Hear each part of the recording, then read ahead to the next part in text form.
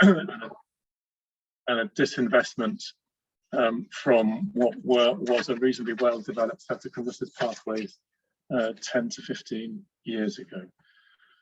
In our thematic, we look at work done at all of the key points in the probation process in relation to the support people may or may not be getting into treatment, and we found deficits at pretty much every stage of that process. So starting at court, we found that of the 60 cases we inspected, only about a half even got a pre-sentence report. And there was a real shortage of specialist assessments in court of people's needs for treatment. And that has inevitably led to very few recommendations for treatment being made to judges. And as a result, there's been a very big reduction in the number of drug rehabilitation requirements, down 75% since they peaked in 2008. And we found a huge gap between that figure I talked about initially of we estimate 75,000 people on probation with a drug problem. And what we understand from NDTMS data are the number of referrals being made by probation, which in 2020 showed up as less than 3,000. Now, I accept that not all 75,000 people will need an intervention from a specialist drugs agency. Some of those people can be managed by the probation service itself, but we still feel there is a huge potential shortfall there. I mentioned that we asked the views of sentencers, both in fieldwork areas and through our survey, about drug treatment. I think it's fair to say that they are positive about treatment. They would like to see more treatment. They like to see more treatment recommendations, but they perhaps lack knowledge about what that means in practice. So 42% of magistrates answering our survey weren't really sure about the availability of local drug services in their area. 3 out of 10 weren't confident about the ability of their local probation service to deliver a drugs intervention. And things like a lack of drug testing, I think, is perhaps also undermining their confidence in whether they will give out these orders. We're finding that not only are drug treatment orders declining over time, but probation referrals into treatment are an increasingly small proportion of all referrals into treatment. And NDTMS data shows that when people are referred by the probation service, the proportion that are being retained in treatment has also fallen. So only 16% of probation referrals on the latest data were being retained in treatment at least 16 weeks, at least 12 weeks, sorry. Moving on to look at partnerships, which are a key part of ensuring a good joined up offer in this area. As I said, we found both operationally and strategically a real lack of joint planning and joint delivery. Certainly in England, that's perhaps not surprising given how fragmented commissioning arrangements are in the criminal justice system. So you have services in prison being commissioned by the Health and Justice arm of NHS England, whereas you have community services being commissioned through local authorities and public health arrangements, and that lack of join up is clearly showing up in how cases are continued after release from prison. Interestingly, in Wales, where we have a slightly more joined up position, things seem slightly more encouraging. So in South Wales, for example, we found that there is a consortium of providers commissioned by PCCs and HMPPS that offer the same consortium offers treatment both in prison and in the community, and also I think actually in police custody, and that does make for much better joining up. We found a real fragmentation in terms of whether information is being effectively exchanged between probation and drug treatment services. So for example, of the 60 cases we inspected, only 6 included drug services enough in the planning process. Probation and drug services only shared information about assessment satisfactorily in 12 out of the 60 cases. we were finding very poor recording of the progress that people were making in treatment. Were they turning up for their appointments? Were they being tested? What were those test results? It's often very difficult for my inspectors to find out those key bits of information, and in the absence of that information, it's difficult to see how probation can be an effective partner in relation to commissioning arrangements in terms of monitoring the needs in their caseloads. Probation services, for example, couldn't tell us how many Class A drug users they had on their caseload or how many of those were in treatment. We found a very significant move away from having specialist teams in probation for drugs. Only 10%, so only 1 in 10 of the probation areas responding to our survey said that they had any sort of specialist team, which feels a long way away from where things were 10 or 15 years ago. But where those specialist team remained, for example, they did continue in some IOM services, that co-location was warmly welcomed. And just to flag, and people will know this, very high level of comorbidity between people with a substance abuse problem and mental health issues. Over half of our sample had a mental illness on top of a serious drug problem, and services for that dual diagnosis group can be lacking as well.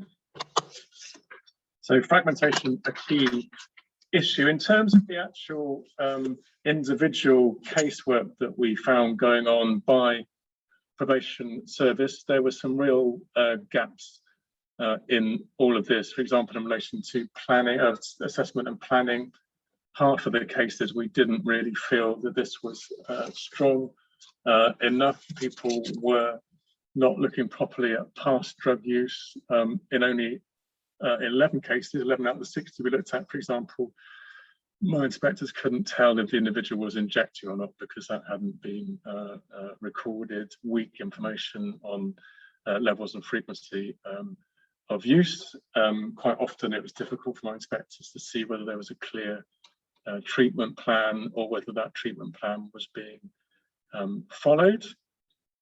I think clearly the COVID pandemic has made it difficult to deliver interventions to people on probation, both by probation and by drug services. That's made it difficult to run group work, for example, which perhaps is one of the reasons why there seems to have been a retreat into script and go type services with not much in the way of psychosocial interventions or other structured interventions. But it's important that those do get going again as we come out of lockdown and services return more to a business as usual focus.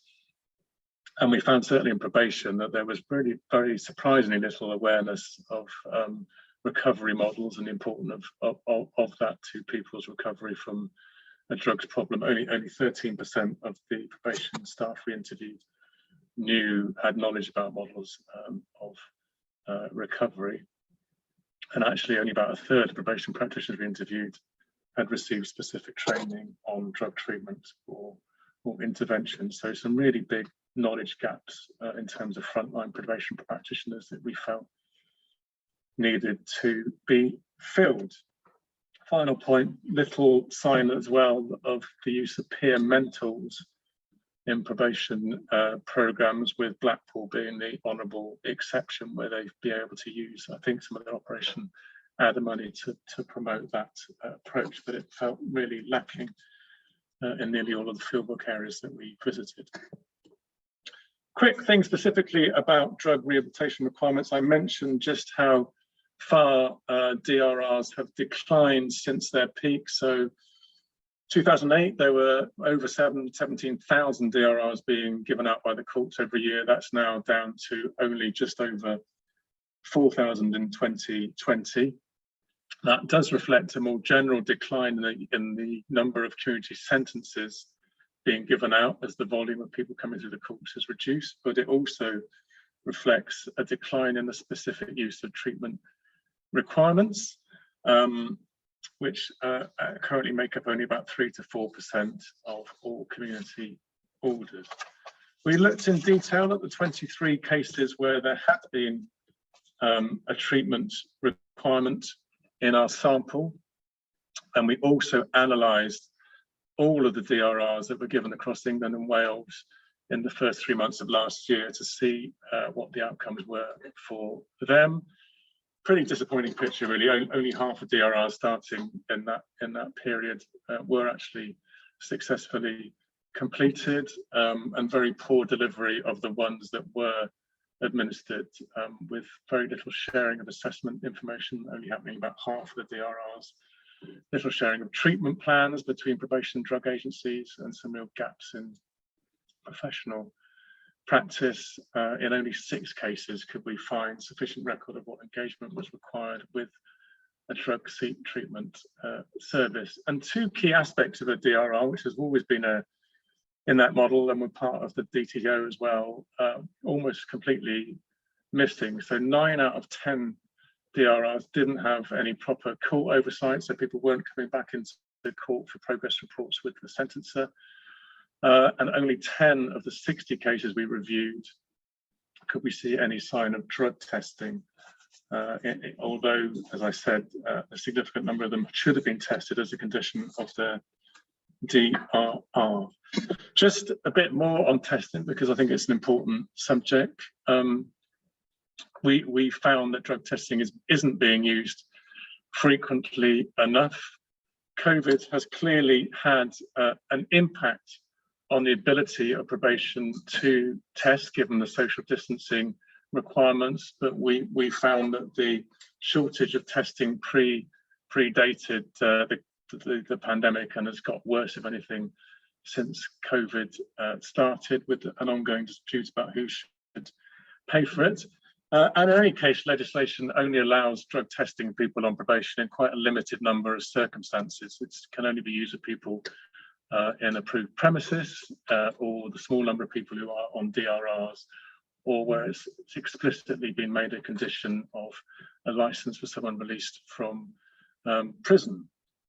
We found it difficult to tell where the information was being held on case files about whether people had been tested, so it's difficult to know what volume of testing was happening.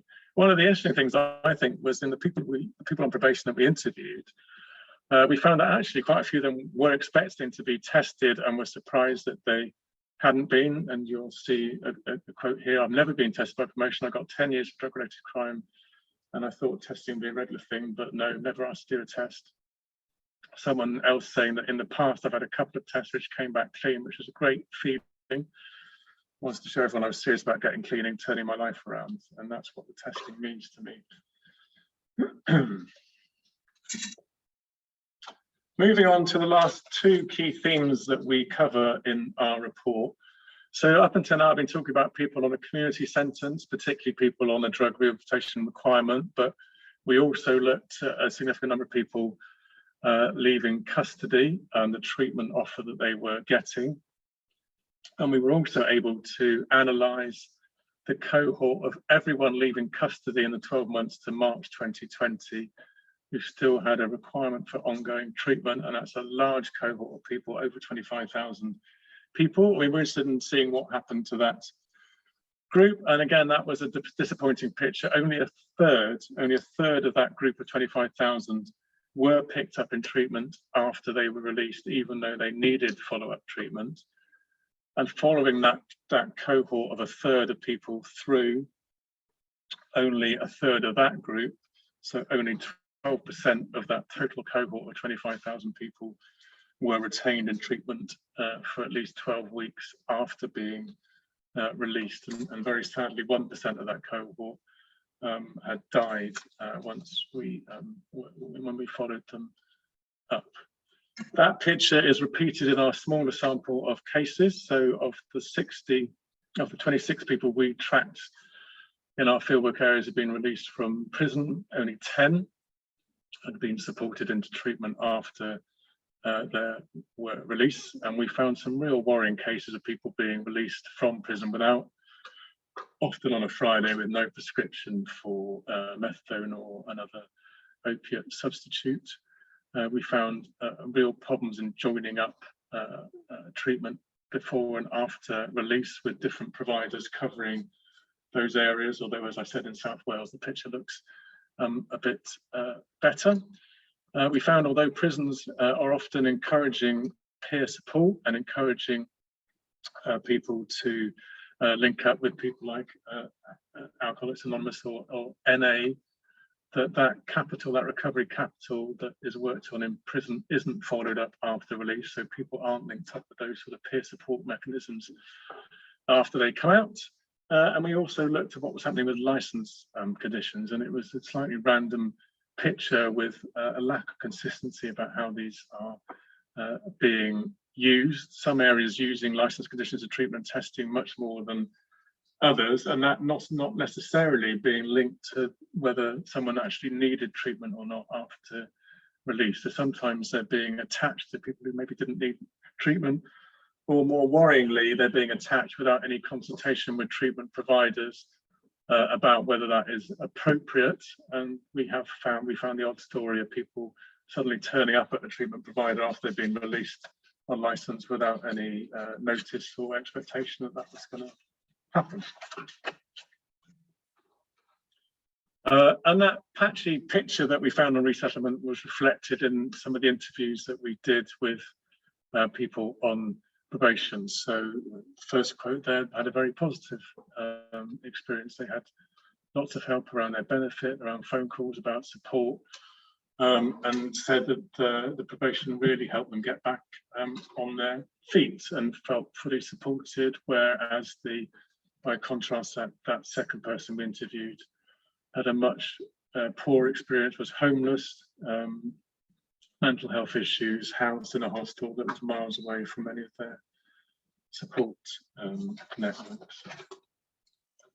The final area that we looked at was around safety and well-being, and whether people on probation's safeguarding needs, their well-being was being recognised, and whether the probation service were working to address that. I mentioned at the beginning of this presentation a record number of drug-related deaths last year, including a very significant number of people who are on probation. We don't know exactly how many people on probation died from a drug overdose, but about 1,000 people a year do die while under probation supervision. About a third of those deaths are self-inflicted, including drug overdose.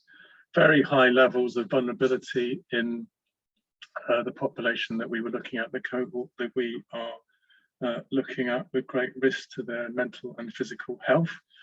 This is an example of one of the cases that we inspected. Ellie, diagnosed with a personality disorder, depression, anxiety, a serious history of self-harm, which had resulted in her being detained under the Mental Health Act twice, had her daughter removed from and into care, really struggled to deal with self-care, had suffered a number of mental health breakdowns, and yet in spite of all of those needs and the abuse and trauma she'd suffered in her past life, those weren't recognised, and we found that she was released from custody without any sort of prescription and spent her first night sleeping rough in a public toilet.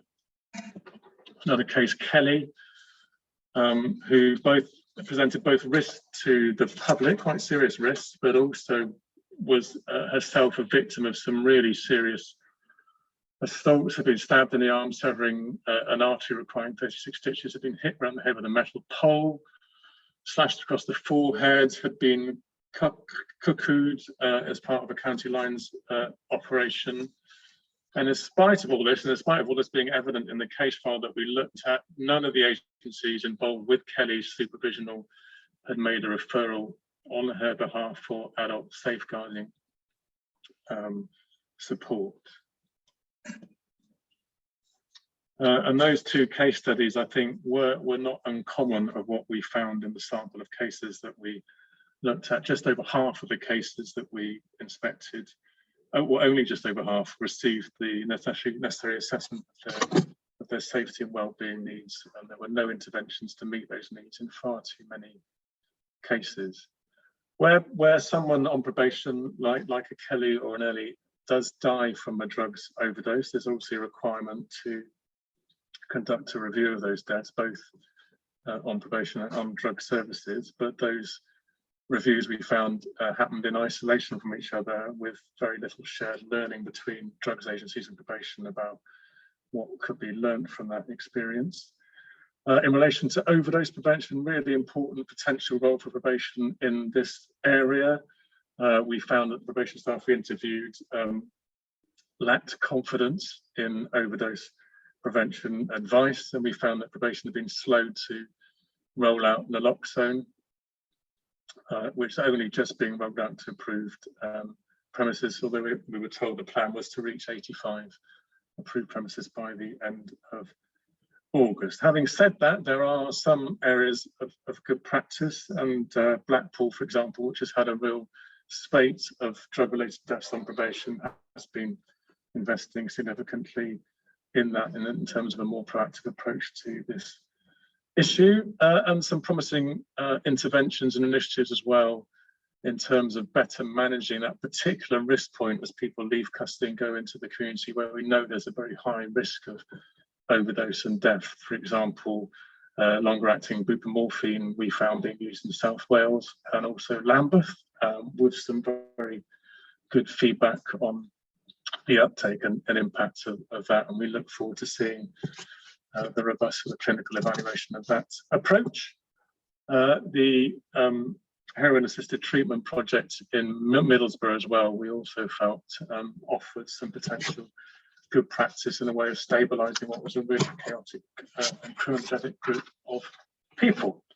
So that was the themes from our study. I'm just going to finish off by talking through some of our recommendations. We make 14 of these. I'm not going to go through them in detail, but our recommendations include the need for, obviously, for adequate funding for drug treatment and recovery.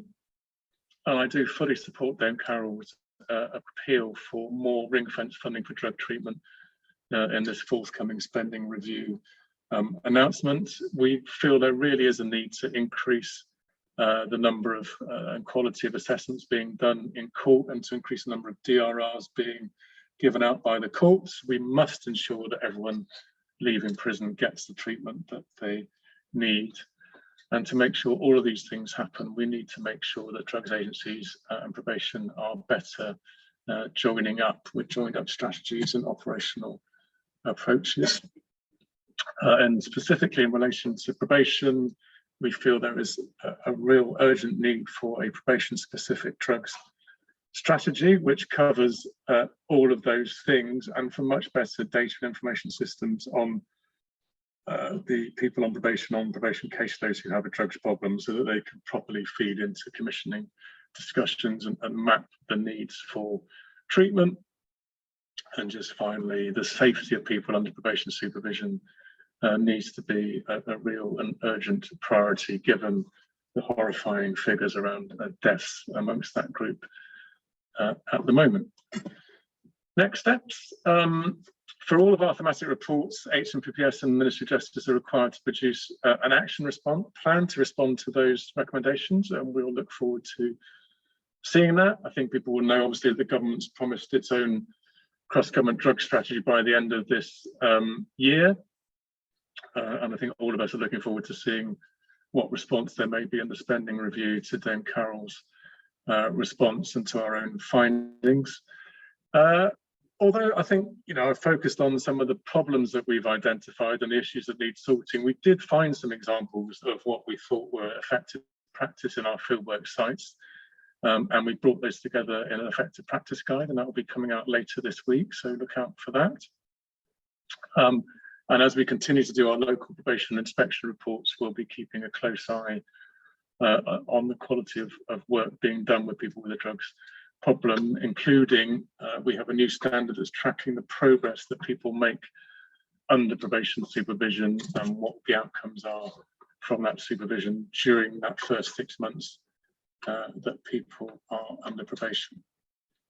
Finally, just to give a more optimistic note, and just to remind ourselves why all of this is so important. In the course of our interviews with people on probation, there were problems, but there were also some very, I think, heartwarming stories that really brought home to me, at least, the value of getting these interventions right. Why it's so important that we do get these services to people, particularly this first story talking about the support that she to get from probation and drug services. They are working for me. They stopped me from wanting to throw myself off the pier and killing myself. My life was in such a mess because of the heroin. It finally took me to prison and to this. But since getting my probation worker, who has helped so hard in building me up again, helping me find myself, I couldn't have asked for anything more, really. She's the only person who's took time to really get to know me. And it's been a pleasure to work with her. So, Oliver and Mike, I think I'm going to stop there and look forward to hearing people's questions. Fantastic. Thank you, Justin. Really, really kind of rigorous and interesting presentation there on an important piece of work. Mike, can you hear us okay? I can hear you. I'm wondering whether people can hear me or not. How is that coming through? Yeah, I think we can hear you. Look, let's go with it. If there's any problems, I'll drop in and take over. So perhaps reflections from you, Mike, panel members, Nino and Hendrik, and then I can feed some questions in. Yeah, I think that I'll keep to managing the panel, and I was going to give reflections at the top of the meeting, good news and bad news. I think Justin's covered pretty comprehensively the bad news there, and did well for us at the end, giving us a bit something to cheer up. The other thing I would say to be relatively positive about is that the problems are recognised. Then they've been articulated very well by Justin and Carol Black and others, and the field really knows what we should be doing. We have the memory. We have lots of evidence of good practice of what to do at arrest, prosecution, in court stages, and post-prison release.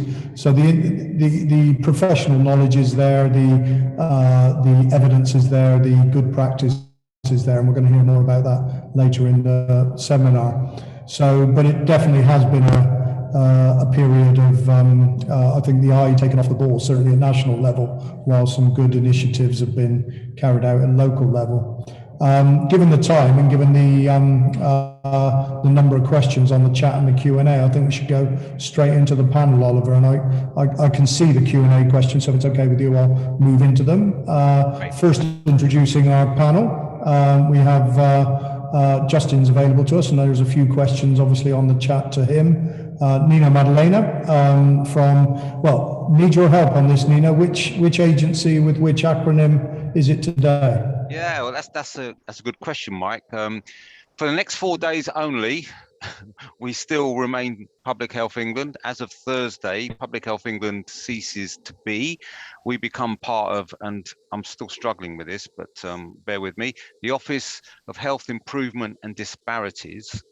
And we get merged in, co-located with the Department of Health and Social Care.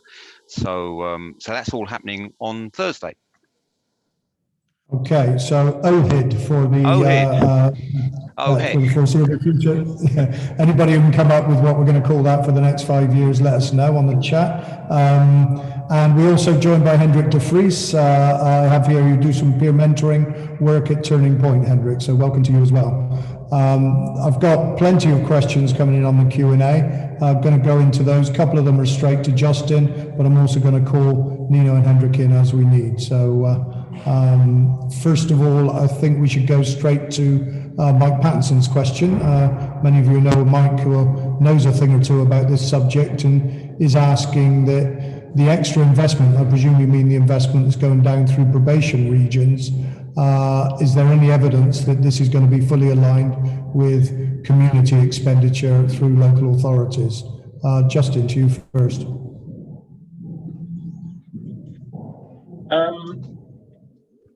I'm not sure what the extra expenditure is that you're talking about, Mike. I mean, certainly there's been an increased investment in probation budgets this year, which has been very welcome and has enabled them to recruit more probation staff, and have ambitious targets to do that. My understanding is there are plans to commission a recovery pathway in the probation regions, and regional probation directors will be doing that. I mean, I think, as I mentioned in my presentation, if probation are to play an active role in the commissioning of services, I think step one is for them to get a proper view of how big the need is in their caseloads, and in particular what the need is for a specialist intervention as opposed to something that they can do themselves. And until they do that, I think it's going to be difficult to join up what probation needs with what's happening locally to other services. So that would certainly be my priority. Let's get a real handle on exactly how big this issue is, how many dependent class A users are there on probation caseloads in each area, and what proportion of those need a specialist intervention, and do they know who those people are, and how effective are the referral mechanisms. But I think probation directors regional level could have a really important role to play in this debate. Clarified on the chat that he's referring to the recovery independence stream of money that's available to regional probation directors, and it's a bit deja vu, Justin, because it's a relatively small amount of money that could be used to leverage the wider NHS and local authority money, but regional directors trying to decide how to spend it now. Nino, any insights on this? Yeah. Amidst the kind of doom and gloom, and I very much welcome the inspectorate report, because it really does, for me, just kind of bring out into the open all the kind of worst fears and kind of anecdotal evidence that we'd had about how the how the system isn't working for people, for substance misusing offenders, particularly those on probation. But amidst that unedifying kind of picture, I think there are real opportunities here. So we've got Justin's report, as he mentioned, we've got Dame Carol Black's report, which are all pointing in very positive directions, which are kind of laying bare what needs to be done and where we need to go with it. We've got I'm not sure what term's being used, or is accurate, reunified or reformed probation service, up and running now. And all that I'm hearing from the regional directors that I'm speaking to, everybody seems to be really engaged, seems to really want to bite this bullet, and lots of talk, and we're kind of, certainly through our PHE centres, kind of being able to put people in contact with each other, looking at kind of commissioners working with the regional directors and other probation staff much more collaboratively, in a way that obviously hasn't been happening, on the basis of the report that we've just heard about. So it feels that there's a real momentum, that there's real positivity, that we're in a kind of a place of realization that something needs to change. Obviously, the massive elephant in the room is investment, is the spending review, and that's, as far as we can understand, is in play at the moment. It seems to the pendulum seems to swing almost on a daily basis as to whether it's going to be good or whether it's going to be bad. But we've had the 80 million investment for this current financial year, and the money that's been allocated to local authorities, over half of that has been focused on developing criminal justice pathways. So we desperately need to kind of, obviously we're in the recruitment phase of that at the moment, so it's too early to see what kind of impact that's got. But in many ways, that's bringing us back to the kind of scenario that Justin described in the early 2000s with the drug interventions program, or a probably slightly budget version of that. What we need is we need investment, and we need to build on the opportunities that are presented now. So it's in the end, it's all about the money, and we need to keep our fingers crossed and need to hope that we get a settlement that does reflect the ambition in both the Dame Carol Black review and the report we've got here. Just finally from me, what we're trying to do, a central level, is trying to improve our understanding of what's happening with this cohort, with people on DRRs, by working with MOJ, with Ministry of Justice data analysts, to see if we can match their data, in other words, on people who are on DRRs, who are on probation caseloads on DRRs. We can match that data across to the National Drug Treatment Monitoring System, so that we can be have a much more accurate understanding of how many people are on DRRs, whether they're turning up If they are turning up, are they staying? If they are staying, are they successfully completing? What they look like? I've seen a question about ethnicity. You know, what's the profile of these people?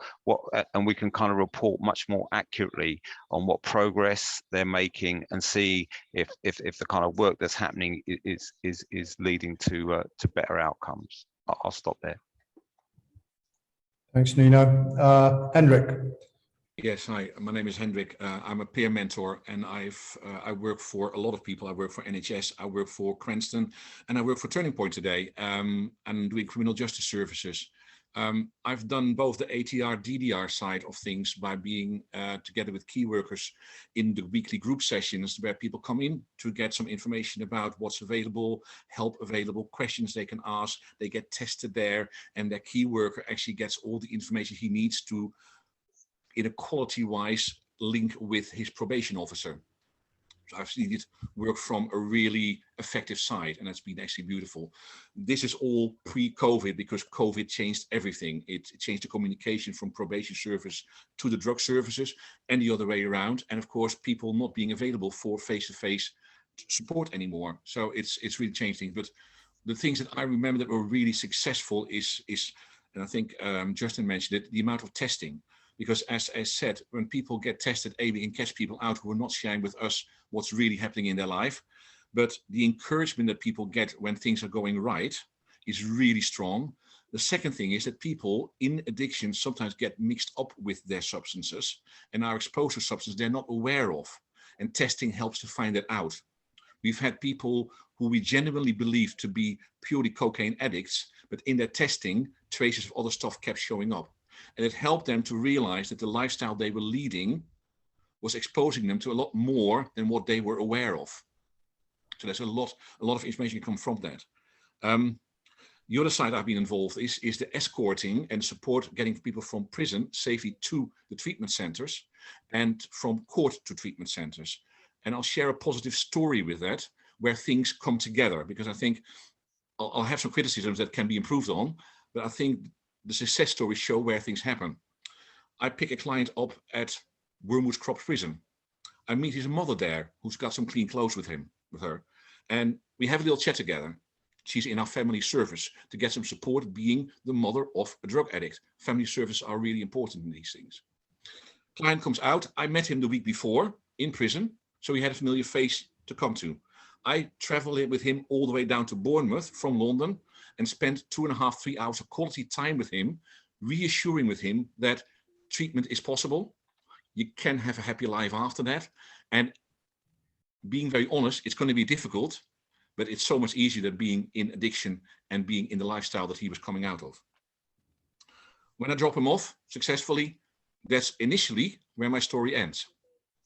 About 2 years later, I'm doing a training session with USCL medical students on their psychology module about addiction service in the community. Another very worthwhile, letting people from experience talk to the coming professionals what's happening. There's a lady there, and she says, "You don't recognize me, do you?" I said, "No." And she says, "I was the mother of the guy that you brought to prison. And when I talked to you about peer mentoring services, I decided that besides having the help I get, I would train to become a peer mentor. So here we have somebody with lived experience deciding to become a peer mentor to help people in addiction and their family." That's one circle.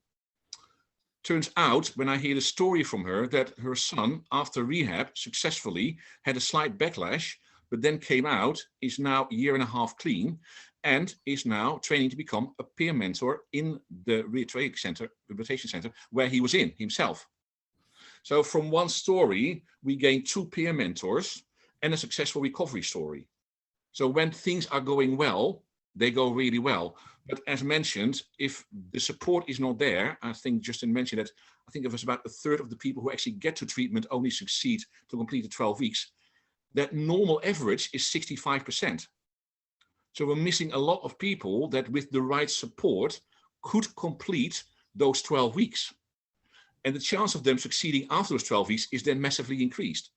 So my angle is, and that's what I want to continue to the panel today, is we need, even Jack had to buy a magic bean to get the investment of the goose with the golden eggs. Yeah, we need to invest in people and in the services, not just by money, but by peer mentors, by peer support, by having the right trainings available. Let's start training peer mentors in prison. Let's not stop one service and let the next one go after that. Let's start to integrate these, that one already starts before the next one has finished. So there is no gap in between. And those trained peer mentors can then support the people coming out with no training and be a beacon of support. The second part is a little bit of investment on their transfer. I've transferred people in public railway stations in their prison uniform with a garbage bag full of clothing. That doesn't work. If we want to give people a moral chance to actually arrive safely and feel they're being cared of, let's give them a tracksuit. Let's give them a cheap sports bag. Let's make sure that when they get from A to B, where we do lose people, people walk out, that we actually get them there safely, and we actually show them, not just by that peer mentor, but actually by people making time for them, and so much that we actually want to get them there, and that we actually want to help them to get better. And the third part is, and that's a difficult one, I get that, when they're in court, they get released in the morning from the prison, but not fully released. If the court case is in the afternoon, it can take 3 to 4 hours before they are released from the court. I've had clients who were released at 8:30 in the evening on a Friday, not being able to get to the rehab anymore, who were told, go home and come back on Monday morning. Guess what happened? That didn't happen. And we were lucky that a year later, after a criminal career again, he got caught and the judge was lenient, understanding what happened the last time. And I was able to pick him up from court at 12 o'clock and get him to the rehab safely. So we need to maybe sit down with the judicial system to see if we can maybe schedule those court cases and the release process in a way that there's a chance we might actually get them in a reasonable time frame with some decent clothing on and a decent bag in a dignified way to their treatment center. So that's the kind of things that I want to hear. So there's a lot of things in there: family and friend service, peer mentors, practical support, and actually getting people into treatment centers. So that's my contribution to the discussion. Thanks.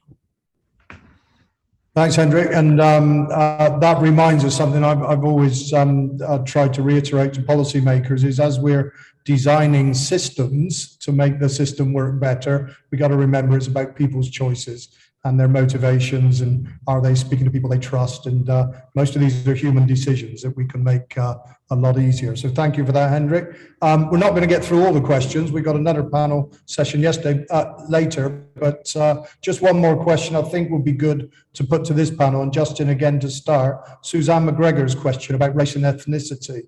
Got some good statistics now about what's working and what's not working. Do we know any comparative data around race? We include a bit of data in the report on ethnicity and use of DRRs, which we found was slightly underused for people with Asian ethnicity,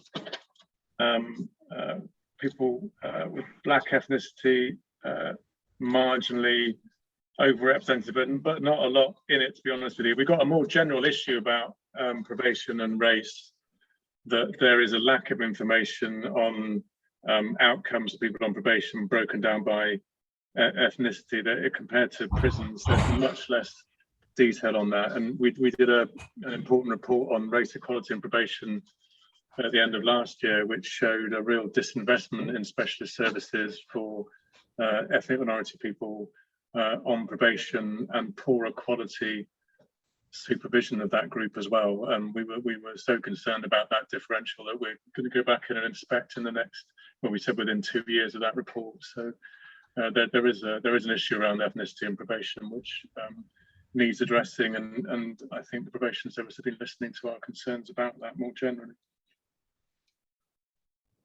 Okay, thanks, Justin. PHE, any study, PHE or DH wise, Nino, on criminal justice access points and race? You're on mute, Nino. Sorry about that. Yeah, well, as you know, there was a big report in terms of COVID on disparities, which was very very highly popular, widely disseminated. We haven't got the bad news is we haven't done any recent work on this subject. The good news is that we do have the data there, so we can interrogate our data and look look closely at the profile of people in probation. This is why I was just harking back to the issue about data. If we can match probation MOJ data with the NDTMS data, then that will give us a much better understanding of that particular cohort, what they look like, their ethnicity, and look at outcomes for them. So that's a bit of work for the future. Okay, Henrik, anything on issue of race and equality and access? No, I'm not familiar with any statistics on that side. I mean, my experience with clients is pretty much as mixed. I see everything under the rainbow in all sorts, and I don't get a feeling there is a specific one that jumps or specific area that jumps out. The only thing that I am aware of that a lot of people from the LGBTQ spectrum do sometimes find it difficult to have a presence within the services, because not all of them are out in that side in the way they would like to be, and in a way that's safe for them within their prison environment. So sometimes people need to have a real good secure network around them with high confidential information that actually allows them to actually make sure that that part of their needs is also met in the same time as well. I was just going to ask one question. In one of the anonymous questions, there was a reference to the SPOCS, S-P-O-C-S in Can I ask what it means? Because I think I recognize it. SPOC is single point of contact. I'm not sure how the questioner was referring to it. Yeah, I do have very good experience with the probation services and with the drug services present in the court. I know that Turning Point has an implant in Westminster Magistrates Court, and actually that has helped in a lot of cases to fine-tune the process, giving me the support I need to do my job, but also to give the client and their prosecution and the probation all the support that we need to get the client safely out of the services into the next services. So I think those implants are really, really good, and to have those points of contact, whether they are with probation service or with the drug services, are very important to give people, again, the maximum chance. Thanks. Well, it's clear there's a lot of interest from the audience in the Q&A and in the chat. Thank you to that panel. We're a little bit tight for time. We're running a bit over, but we will be coming back for more Q&A and a second panel session later in the event. But thanks, Justin. Thanks, Nino. Thanks, Hendrik. I'm now going to move to our first best practice presentation, and that's going to be from Megan Jones from Cranston Services. Megan, can you hear me, and can you take it from here? Hi, Mike. Yes, I can do both. So let me just share the screen and let me just check that everyone can see it. Bear with me.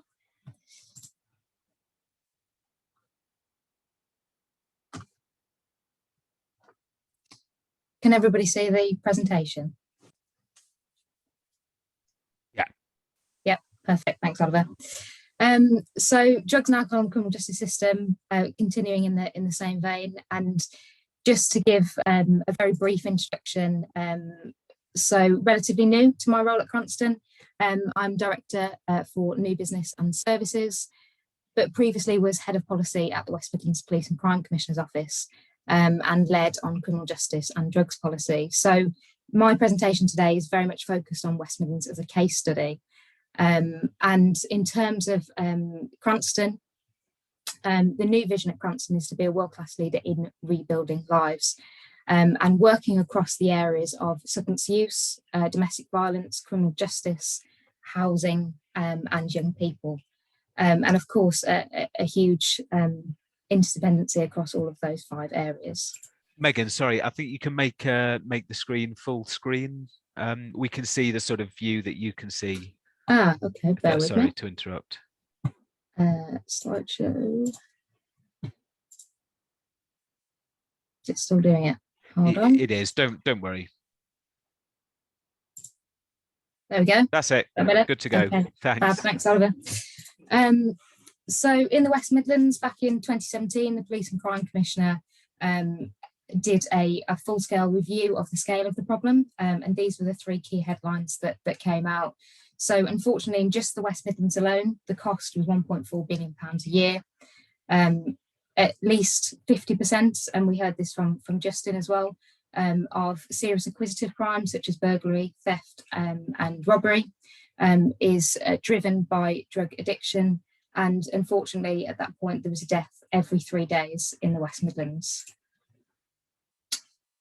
I think probably just worth saying as well that in terms of the work that has been done by police and crime commissioners, West Midlands has been an area in which PCCs have taken a key focus, but also areas such as North Wales, Durham and Avon and Somerset, and similarly have looked at the sort of scale of the problem. In the West Midlands, we focus very much on the three areas of reducing harm, reducing crime and reducing cost. And that was really key in terms of establishing that scale to the individuals that we are trying to support, but also the impact of cost in talking to the public about this issue. So reducing crime, but also reducing demand on policing was really a significant driver. And of course, cost to the taxpayer as well. So in the West Midlands, the PCC, along with a whole host of other partners that kind of supported this, came up with 8 recommendations. Diversion, looking at the Regional Drug Interventions Programme, which we've heard about already, and doing a review of that.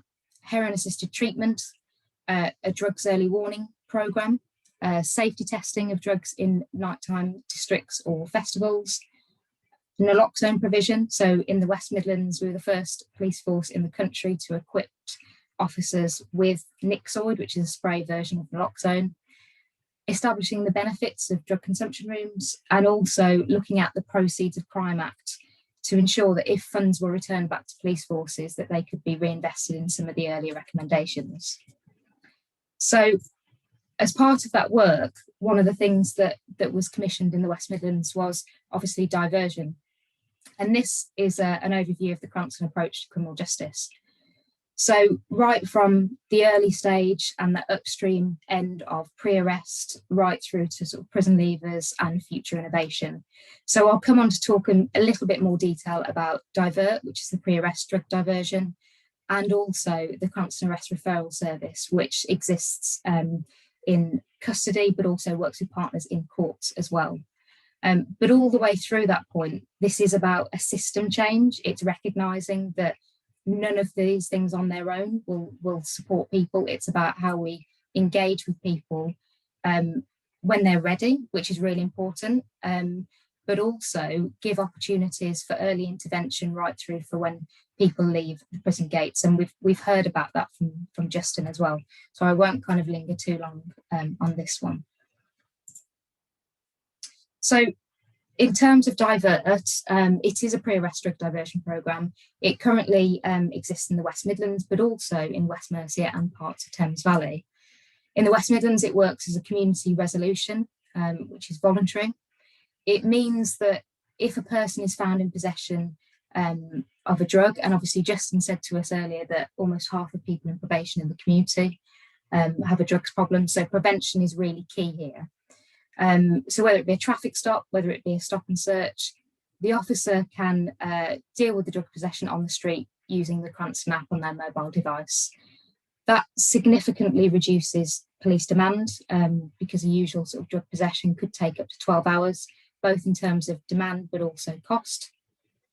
And it also, in comparison to the traditional criminal justice options, so for example, a cannabis warning, which doesn't engage the individual. So this is about engagement, education, harm reduction, and if required, support into other local services if that's needed.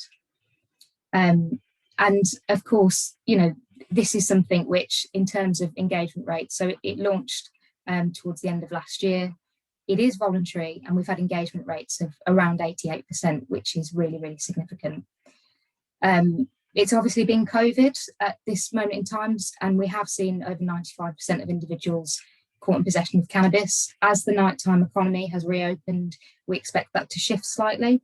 One of our out of court disposals that's run by Cranston is alcohol related violence course, and there is a huge overlap obviously between alcohol and cocaine use.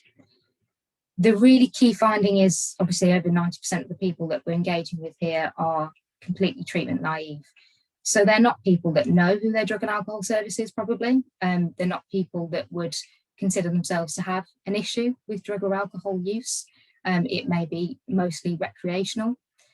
And the session is provided to equip these people with education, with an understanding of some of the dangers of using drugs, and to allow people to make their own informed decision about their use.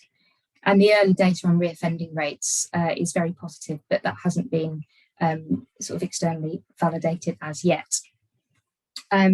It's also really key and a real driver of this, which was mentioned in one of the questions from the previous panel, is disproportionality. So we know for a fact that across all police forces up and down the country, there is disproportionality in stops and searches and vehicle stops. This is about providing an opportunity at that point instead of going down the usual criminal justice route. And magistrates have also been hugely supportive of this, as well as probation, in terms of getting upstream. And where there have been other factors, the service and the programme has been able to further support people into housing, women's service, domestic violence services, and a small number who required further treatment into their local drug and alcohol services.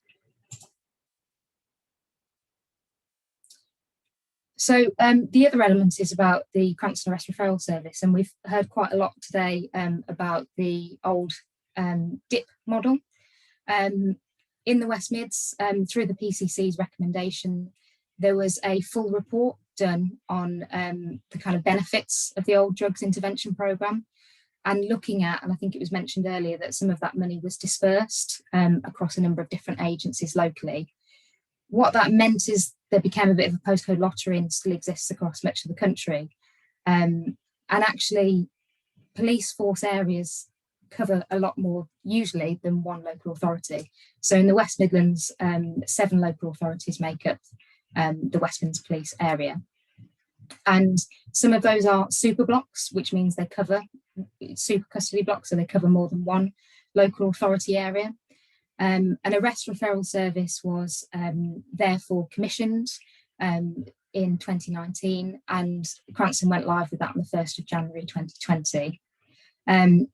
It works across the entirety of the West Midlands, both within the custody blocks across the West Midlands and with colleagues in court, and has been incredibly important in joining up the services that exist. So last year in 2020, there were just shy of 2,400 assessments, and over 1,000 of those individuals were not engaged in their local drug and alcohol treatment provision. So it clearly shows a huge proportion of unmet need. And using the sort of community team data and CARS data, measuring those referrals, we can estimate quite a conservative figure of cost avoidance impact in excess of £8 million thanks to this service. And one of the ways in which this has been done is, yes, driven by the PCC, but with partners such as probation, community safety partnerships, and local public health. So in a way, although you know there has to be more investment put into drug treatment at the local level, there's also real advantages in terms of joining up what already exists. So slightly disagreeing with Nina, it's not all about the money, but it is about how we join it better across the sector as well. And the biggest sort of significant element of the Cranston Arrest Referral Service has been around the use of drug rehabilitation requirements and alcohol treatment requirements. So Justin talked about that drop across the country. And actually since January 2020, because of this service, the West Midlands is going in the opposite direction.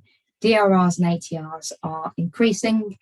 And we've recently had an investment working again with probation through the community sentence treatment requirements, which there are 2 pilot sites in the West Midlands, and Minion may touch on that in her presentation.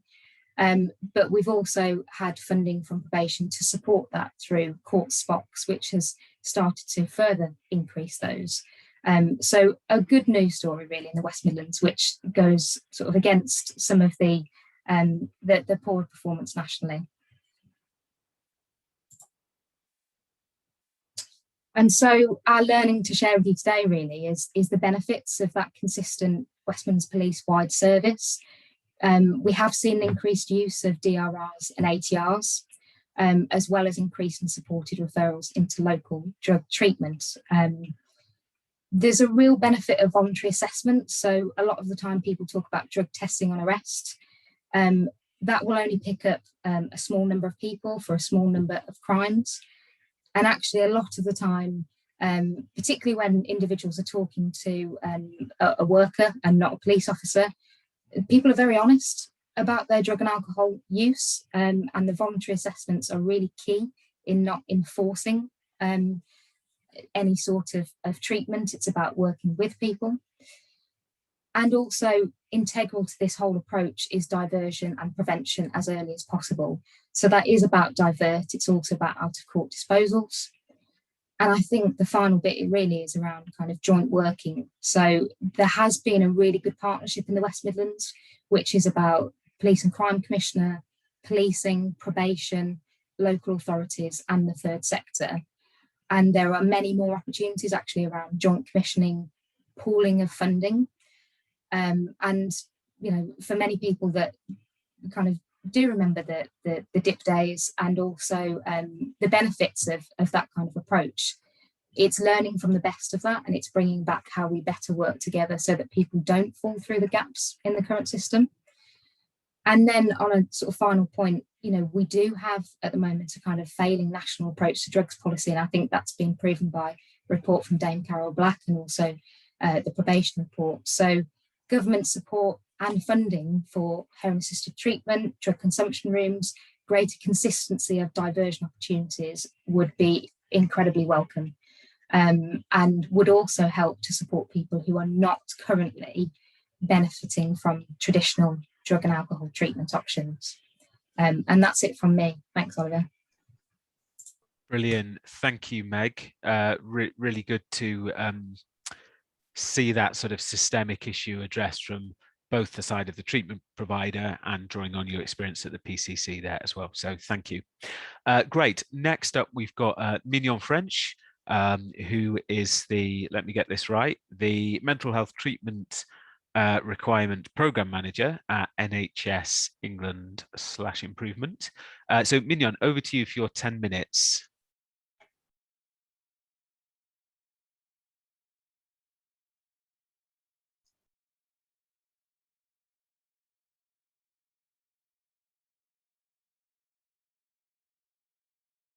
Okay. We can see the video, Mignon. We can't. Oh, there you go. There we go. Sorry, we can hear you. I hadn't unmuted myself, and I hadn't shared my video. So easily done. Okay, let me just go back to the beginning of my presentation. Thank you. It's got the window cleaner as well outside now, which isn't very helpful. Lots of challenges today. Yes, there you go. There we go. Right, okay, so it's a pleasure to be here. Thank you very much for inviting me. So just to give a little bit of information. So I'm Mignon French. I work with a central team across our partnership, which is Ministry of Justice, Her Majesty's Prison and Probation Service, Public Health England and NHS England, to increase the use of the 3 treatment requirements. Now, more recently, I'm focusing on the increased use of the mental health treatment requirements and those in combined order. So that's where my focus will be in this presentation. But of course, the majority of people coming through the criminal justice system have dual diagnosis, and they have those underlying mental health and substance misuse issues. So that's why it's vitally important that when we're talking about underlying health issues, that we're talking about dual diagnosis as well. So just a little tiny bit here. So Justin has covered this, but there are 3 treatment requirements available to the judiciary. In total, there are 13 requirements that the judiciary could potentially sentence to, and 3 of which are treatment requirements. And Justin has provided you with the numbers of treatment requirements that are being sentenced to at the moment, which is very low. And out of that, the mental health treatment requirement is the least used out of all 3.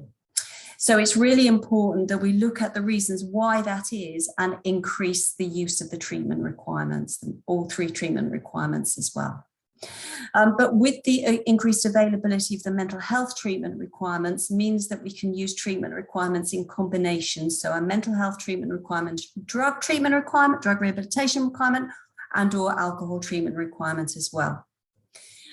So the overarching aim is, of course, to reduce reoffending, but also to provide robust and effective alternatives to short custodial sentences.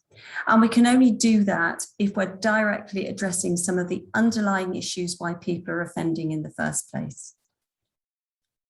So just to move on now to the element that I am really focusing on, and that is about increasing the use of the mental health treatment requirement, and in particular, the use of the primary care mental health treatment requirement. And we've actually separated the use of MHTR into those that do and don't reach the secondary care threshold.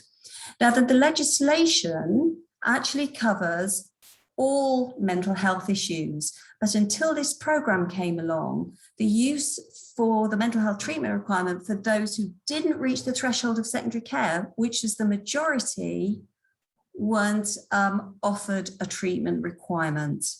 So this program is particularly looking at that cohort. And the reason why mental health treatment requirements, why they're not being used, it is quite vast. But I've just picked some top 3 reasons which I just thought might be helpful to focus on. So when we look at individuals within our local community, and Megan's just touched on it then, the number of services that we can find that actively support people with dual diagnosis is quite small. So people are falling through the net. If we look at clinicians who are happy to take leadership and oversight of individuals subject to a mental health treatment requirement, which for the MHTR is either a clinical psychologist or a psychiatrist, is quite small. And also, what is a mental health treatment requirement? Up until this program, we haven't had a defined model or clinical interventions that we know are effective to support this highly vulnerable cohort. And this cohort have got a multitude of issues, including dual diagnosis, personality disorders, neurodiversities, trauma and abuse, just to name just a few. I'm sure that you are more than aware that what has been reported to us is that probation have reported high levels of complexities, which keeps going up. Custodial sentences for those with mental health and underlying substance issues, which maybe, if the services were there, may be treatable in the community. And because those underlying health issues aren't being addressed, of course, individuals may go on to breach as well. So to address this, NHS England and NHS Improvement have developed a primary care MHTR model.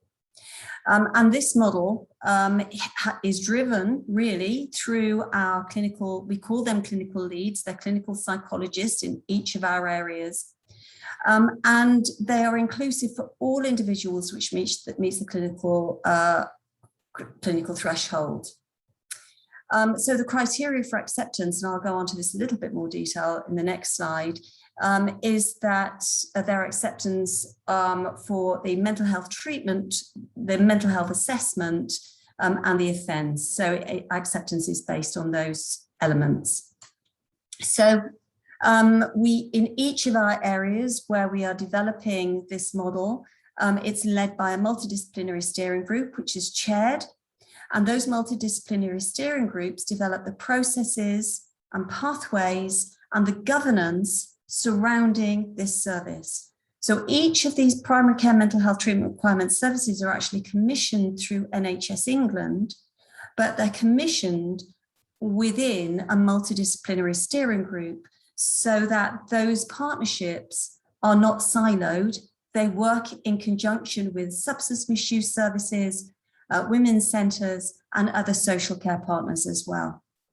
So a mental health treatment requirement service or primary care one will look generally like a clinical lead who is a clinical psychologist who holds the requirements, and the interventions and the assessments are delivered through primary care practitioners, and they are supported by the probation practitioners who oversees the entirety of the order. So just as an example, we have a site, CSTR site, who's focusing on increasing all 3 treatment requirements. We have included within that pathways for both primary and secondary care mental health treatment requirements. The eligibility is to accept those will be those who have pleaded guilty or have been found guilty after trial. They're 18 years and over. For all 3 treatment requirements, of course, you have to consent before sentencing. And they've been charged with committing offence which crosses the community order threshold or higher. I'm not going to go into that pathway because you'll be able to have a copy of those slides when they come through. But basically, we've split this up into pre-sentence and then post-sentence. And it shows that what we try to do is we try to receive referrals on the day. If wherever possible, we're able to sentence on the day as well. We will make sure that our assessments are available to feed into the pre-sentence report to enable that sentencing on the day if possible. Before COVID, about 80% of all those that were on this pathway were being sentenced on the day. Of course, that has changed slightly with the adjournments, etc., that are currently within the court system. So this is just my last slide, just to give you a really brief overview around where we are. We currently have 17 operational sites. Now that's covering 25% of England. We are funded through the primary care mental health treatment requirement through the NHS long-term plan, which is enabling 50% coverage across England by 22-23. We are, of course, bidding for more money, like Nino said earlier, through the spending review. We'll just have to wait and see where that takes us. But we are really driving this up now. What that's physically looking like, as an example again, I've just said 17 operational sites. I want to say that 2 have become operational this week. So we're really excited that Wiltshire and Gloucestershire have become operational this week. So that's very exciting for us, hence the 17 sites. So if we just take 14 of our sites, and the year before those 14 sites became operational, across those sites, we had 80 mental health treatment requirements with no combined orders. The year from the 1st of July to the 21st of July 21, which is 1 year within the same operational sites, we've had 640 primary care MHTRs sentenced to. That doesn't include secondary as well. So you can see the significant jump, and out of that, nearly 100 combined orders, which wouldn't have been sentenced to before, just out of those few sites. And of course, what's really important to NHS England is what does that mean from a health perspective? So we're also collecting aggregated and anonymized data that's looking at what does that physically mean to the individual. So we're collecting 3 outcome scores, which is generalized anxiety score, and the depression score, PHQ-9, and we can see that we just received 2 data points before they start and when they finish. They're then being followed up 3, 6, 12 months post completion. we can see statistically significant drops and improvement rates in their outcome scores. And we're seeing this consistently now, and these drops are continuing to grow. So it's quite exciting what we're seeing. And so we feel that this is quite an exciting and interesting program to be developing. So that's it. That's all from me. And I'm happy to take questions or pick up with anybody after the meeting. Brilliant. Thank you so much, Mignon. Really good overview of that. And it's complemented, I think, what's gone so far in the webinar really nicely. So thank you again. Right, we'll turn to our last good practice presentation today. Really pleased to welcome Phil Bowen. Phil is the director of the Centre of Justice Innovation. And he's going to be talking about how we can ensure procedural fairness where the drug treatment world and the criminal justice world interact. So great, over to you, Phil. Thanks. Thanks, Oliver. Good to be here, and thank you for inviting me.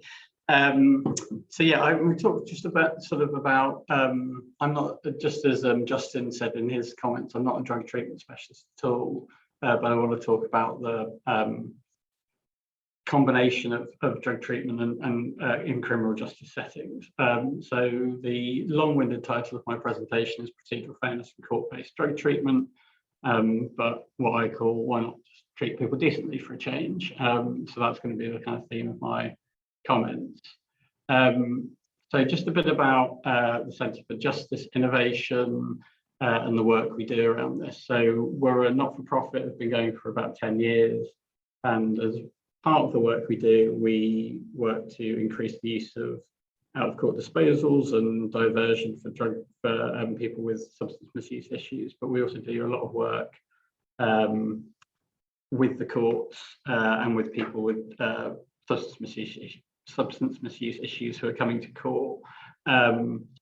We know that often our best first response in the criminal justice systems for people with substance misuse is to intervene as early as possible and to prevent those issues escalating, which is why we do so much work around diversion. But recognising that some people will come to court, we've been involved in the creation, support and sharing good practice of a number of what we call problem-solving treatment models across the UK. So most notably, we've been lucky enough to provide support to a number of criminal courts, both in England and Wales, but also in Scotland and Northern Ireland, who are trialling what we call the problem-solving court model, whereby a specialist multidisciplinary team works with a dedicated judge to supervise people on community sentences. That work includes working with government on some new pilots that they're attempting to set up in England and Wales. So they announced in their white paper of last year substance misuse pilots as part of their broader problem-solving court initiative, and we're working with government on that, and we expect some pilots to be announced and commence in spring 2022. We are also the national provider of training, support and practice sharing to the growing number of problem-solving family drug and alcohol courts. They are courts within the public family law system that work with parents who are at risk of having their children removed, who are then provided with what's called a trial for change during their care proceedings, hoping to address their substance misuse issues, reunite them with their children if that's possible, and resolve the care proceeding issues in front of them. So that's kind of where the Centre for Justice Innovation comes in. So my comments today will mostly be focused around that court work.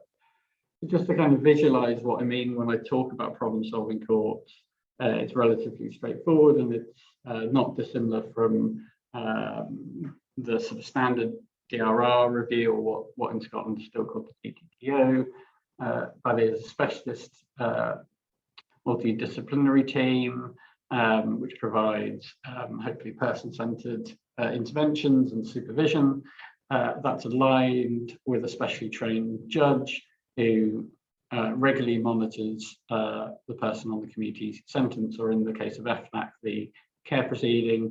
So that person comes back in front of the judge on a regular basis and the judge monitors them accordingly. In criminal courts, this can include the use of what's called incentives and sanctions, such as relaxing testing conditions, or indeed short periods of punishment. And within the police crime and sentencing courts bill that's going through Parliament as we speak, there are provisions to enhance some of those aspects of the problem-solving court model.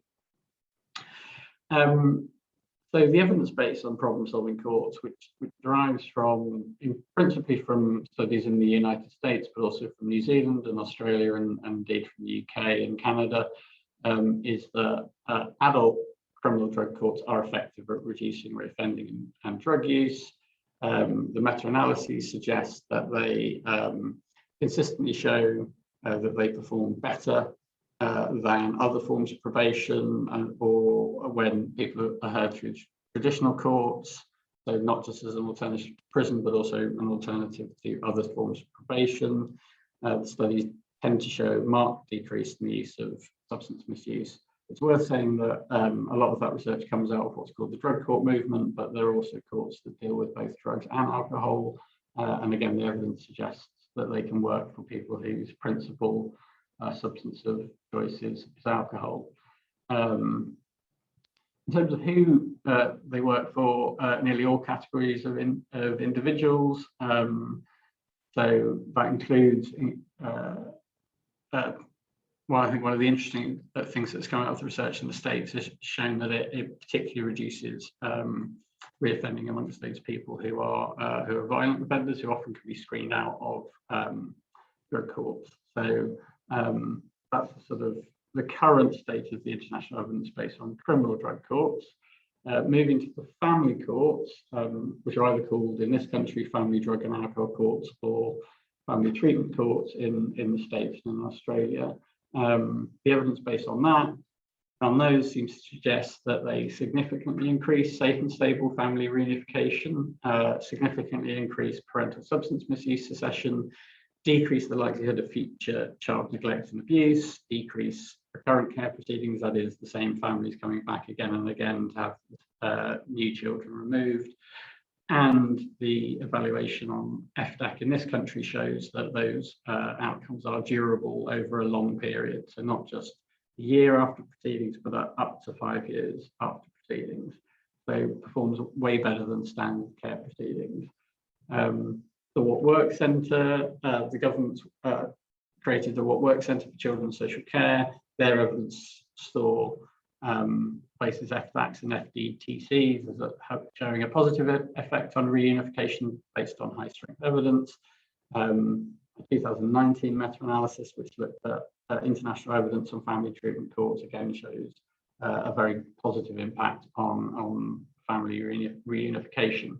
So we know quite a lot about the fact that these models do work, but in some ways one of the more interesting questions is why they work. What seems to be clear is that obviously it's important that people are put into high quality drug treatment and are supervised by teams that take a whole person approach. That much is sort of fairly standard and obvious. But what's also coming out from the literature is this focus on the evidence from procedural fairness, and that is in particular the role of the judge in that judicial monitoring. So a major early 2010 study looking at US drug courts was looking at exactly this question of why is it that drug courts seem to work. So by using a regression model, they looked to isolate those practices which seem to drive the better outcomes ascribed to drug courts. It was a really large study looking at over 2,000 drug court participants and non-drug court participants. It looked at a full range of drug courts from across the United States. And what they came up with was that the primary mechanism by which drug courts seem to reduce substance-related crime was through the judge. So drug court offenders believe that their judge treated them more fairly than the comparison group, including demonstrating greater respect, interest in them as individuals, and greater opportunities to express their own voice during the proceedings. And the study showed that when offenders had those more positive attitudes to the judge, they tended to have better outcomes. So that was the strongest. They looked at a range of practices that drug courts exhibited, but the thing that seemed to dictate why those outcomes were better seemed to be this relationship between the drug court participant and the judge. A separate analysis which looked at structured observations similarly found that drug courts whose judges were deemed by the research team as exhibiting a more positive demeanour. What did that mean? That meant being respectful, being fair, being attentive, enthusiastic, consistent and knowledgeable. They also produced better outcomes than other drug courts. So it seems to be that this, the role of the judge within judicial monitoring isn't just a sort of nice to have, but seems to drive some of the better outcomes. We also find that in the research around family drug and alcohol courts. So an FBAC study done in 2016 found clear evidence that parents found the FBAC process much fairer, with a high number of parents identifying the role of the judge as key in motivating them to change. So just take a couple of quotes. But first I didn't like him because he was honest. He was saying how it was and it was bad, but now I know it was the truth. Another drug court FDAC participant saying no one had ever praised me before. And many parents in that study were contrasting their experience in FDAC with their previous experience of care proceedings. Again, to quote from one of the parents, I've been through an ordinary case before. Normally you don't get any advice, no one actually works with you, or the social worker said was going to rehab. So the evidence for procedural fairness seems to suggest that when people go through these types of courts, the role of the judge has a particularly powerful impact on motivating better outcomes. We only a few weeks ago published a new report looking at the value for money of family drug and alcohol courts. One of the things that study found was that FDAC compared to standard care proceedings was significantly less expensive. It was a significantly less expensive way of hearing care proceedings than the standard care proceeding approach. And that's partly because care proceedings that go through FDAC rarely end in contested hearings. That's hearings where parents are contesting the outcome of the case, when around 50% of standard care proceedings do so. What we found is that because of that, by avoiding that lengthy legal dispute, even in cases where FDAC was removing children from their families, FDAC tended to not result in lengthy contested hearings. We, in our value for money study, found that saved local authorities and the legal aid agency approximately £25,000 per case in the legal costs of care proceedings, most of which of those savings were directly cashable to the local authority and the legal aid agency. Now we believe that is because we believe that those savings were made because FDAC itself comes across, is perceived as fairer by parents, and therefore FDAC makes these savings because it's a fairer way of hearing cases. That is, parents feel like they've had a fair crack of the whip, even when the case goes against them, and therefore they don't appeal and don't contest cases. So the qualitative evidence that I've already talked about has shown that FDAC delivers a more procedurally fair way of hearing care cases. And our value for money study strongly suggests that those two things are linked. Procedural fairness is not only obviously a good thing in itself, but seems to lead to a reduction in costs. So in terms of sort of good practice points around what that actually looks like, so researchers have identified 4 elements that seem to drive perceptions of procedural fairness. Firstly, neutrality. Citizens perceive that the decision-making bodies that they're involved in are treating them in an unbiased and trustworthy manner. The citizens feel that they've been treated with dignity and with respect. Do they understand how decisions are made and what's expected of them in the next stage of their interaction with the state? And do they have a voice in those proceedings?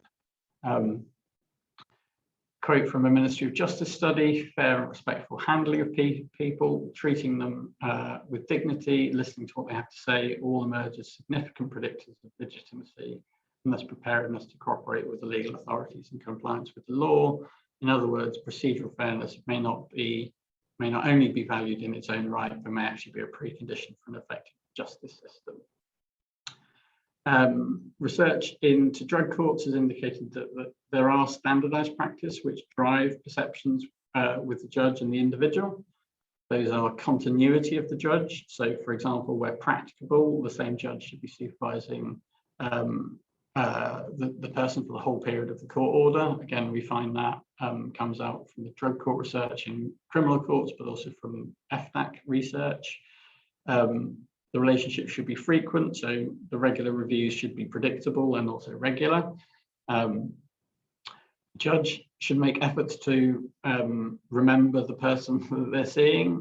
That can include actually sometimes what seem like relatively trivial things, but refreshing their memories around who the family members are, what was said at the last hearing, etc., etc. And then voice, the opportunity for participants to voice their side of the story.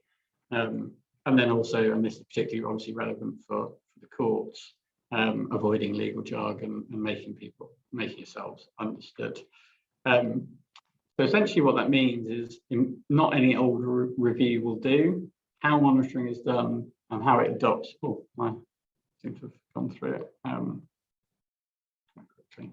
So I'm just trying to find my way back.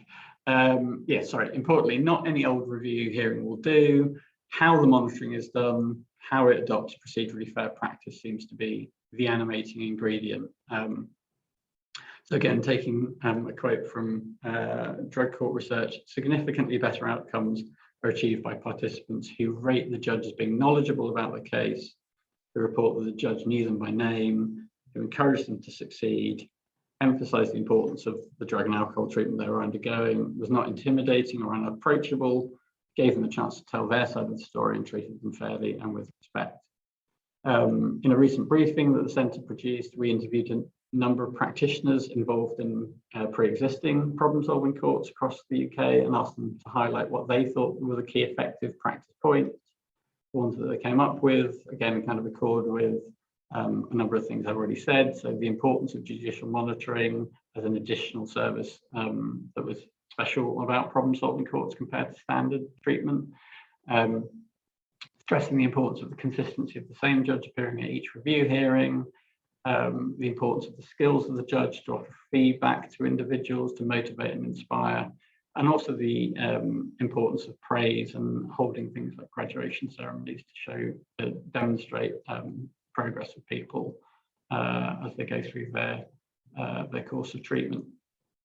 So in conclusion, obviously treating people with humanity and decency. I hope this is a not controversial statement for the people on the call, that is the right thing to do. It's what our justice system should always strive to do, just as an end in itself. But happily, the evidence seems to show that it also keeps our community safer, helps people move on with their lives, it keeps families together, and as our value for money study suggests, it saves us money. I think one of the other really important things to bear in mind is that procedural fairness is clearly a teachable set of skills. Its use in court-based drug treatment models have been replicated internationally and in the UK. So just taking the example of family drug and alcohol courts, originally started in 2008 in London. There are now 14 FDAC teams across the country serving up to, I think it's 35 courts. There are, I think we had a judicial forum with all of the FDAC judges in England and Wales coming together. There were around about 80 of them. They've all been taught how to deliver their reviews in a procedurally fair way. Obviously, styles can change and differ between judges, but these are teachable skills. Some people pick it up naturally, but some judges need to be briefed on how to do it, but they are teachable. And I guess just kind of coming back to the theme of the day, if there are to be increases in drug treatment investment, which I would strongly encourage, I think those will be best exploited if, in partnership, our court reform programs and our courts and our judges are encouraged to recognise the value of judicial oversight and monitoring, to driving better outcomes and making for a fairer and more effective justice system. For those who want more information about us and the work that we do around this issue and others, please go to our website. We also run the National Family Drug and Alcohol website, so please find us there and tweet us and all that good stuff. But that's it from me. Thank you, Phil. Really interesting overview of the sort of evidence and practice in this area, and things complemented the other stuff really nicely. Thank you. Okay, we've got a little bit of time for some questions with our panel here. In the interest of time, I'm going to sort of group some questions together. We had a couple of just comments that I'm going to read out, so just so those voices are heard. Angela's made the point, it's important to maintain focus on the entire criminal justice pathway. There's opportunities upstream as well as following court and prison. Absolutely, Angela, couldn't agree more. And Andy's made a point about prevention and early intervention in the chat as well. And I think that whole system lens is, I would hope, increasingly being a kind of standard way to understand complex landscapes of kind of policy, but also of provision of support, that everything is interlocked with a lot of other things, which are all kind of mutually dependent on each other, just as the people within the system are. So absolutely. And then there's two questions which I'm going to ask all three of you, but kind of run them together because they're similar in a way. So one person's asked about, essentially, is policy and treatment too focused on heroin and crack and insufficiently focused on other newer synthetic drugs? So hold that in your mind. And another question, I'm sort of slightly adapting what they've asked, but essentially, is alcohol, again, being overlooked in favor of illicit drugs? So I'm going to run those two questions together and get reflections from all three of you, please. Megan, could we start with you? Yeah, happy to. So, yeah, I think it is quite focused on, I suppose, what we deem the high harm drugs of heroin and crack cocaine. And I think talking about the kind of link between that crime drug link, that is because there is a focus on heroin and crack cocaine by being a huge link between serious acquisitive crime, which I think I picked up in the presentation, but also the link through the whole criminal justice system. But of course, you know, and I think talking about the Divert program pre-arrest, 95% of those people that have been engaged in that program have been around cannabis. So prevention absolutely has to deal with everything, and that includes alcohol. I think, you know, the main difference between alcohol and drug use is stigma, to be honest, as well, because there is obviously huge amounts of stigma that still remain around people that use drugs of any kind, but probably particularly so with heroin and crack cocaine because of the drug crime link. But absolutely everything should be as much upstream as possible. There, of course, is an opportunity when people hit the criminal justice system, whether that be early on, you know, when people are found in possession of a drug, for example, or whether that be when people are more kind of entrenched in criminality. But the earlier the better in any of these interventions. Thank you, Megan. Mignon. I don't think I'll be able to answer directly those questions. It's not my speciality, but, Okay. but all I can say really within our program is that we are very cognizant of the dual diagnosis element, that when somebody is sentenced to a combined order, so mental health, drug, mental health, or alcohol treatment requirement, that we sequence the orders depending on the presentation of the individual. So each of the orders are individualized to that person. So we wouldn't start somebody on a mental health treatment requirement if they need their drug or alcohol needs seen to first. So that's what we do. I don't think I can answer any more of that question, I'm afraid. That's fine. Thank you, Mignon. And Phil. I mean, I think the only thing I would sort of add is, I mean, I think it's absolutely the case that Class A drug use has been the primary focus. And as we heard from Justin in the first session, not enough of a focus, to be quite frank. But I do think, for example, within the government's problem-solving court reform, for example, one of the things that I know they want to do is to pilot problem-solving court processes for domestic abuse, and that is likely to include the considerations around alcohol-related violence. And I think equally, in the work that we do to support family drug and alcohol courts, I mean, it's right there in the title. There are specific interventions that are designed for those people whose substance misuse is primarily alcohol. But I do think alcohol has always been the poor partner in that relationship. And I think Class A drugs have clearly been the priority drug, but my hope would be that in substance misuse projects that we're not just focused on opiates and cocaine, but we can deal with other things. I think in particular around things like marijuana.